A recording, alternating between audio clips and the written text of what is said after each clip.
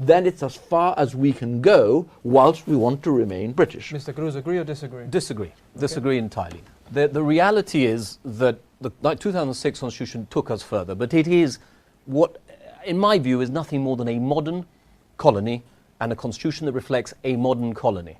The reserve powers contained in it allow the British government to legislate in certain defined circumstances. They allow an interference at a level which, in my view, would not reflect what anything but a modern colony. It is natural, and Gibraltarians should be proud, like any other colonial people, of aspiring to their own identity. It would be unnatural, in fact, for anybody not to want to do so. I'm Gibraltarian and I'm British, like somebody who's Welsh and he's British. But I am certainly very, very proud of the former. And I think an aspiration to higher levels of self-government are not only something that we should encourage, but is perfectly plausible. Let me explain that.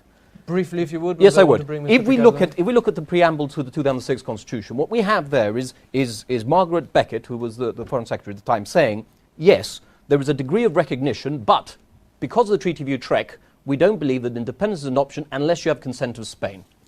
Now, the reality is that we don't think that that is the case. Our position, and let's make the point, I will ask the question, I think we're the only party who make the position clear as to where we can go from here, is that there are statuses that can retain both our British status and recognise that right to independence.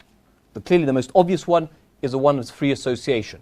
Now, it may be that somebody on the panel will say, but they haven't offered that. Well, of course, inevitably, all of these things are constitutional battles that you must aim and aspire to get. They're going to say no because it's easier to say no.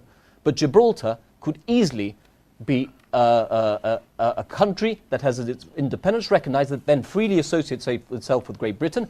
Under the Treaty of Utrecht, even if you were to consider that applicable, that would not alienate British sovereignty. That is not the case. It would reaffirm it, albeit in a dignified, non-colonial relationship.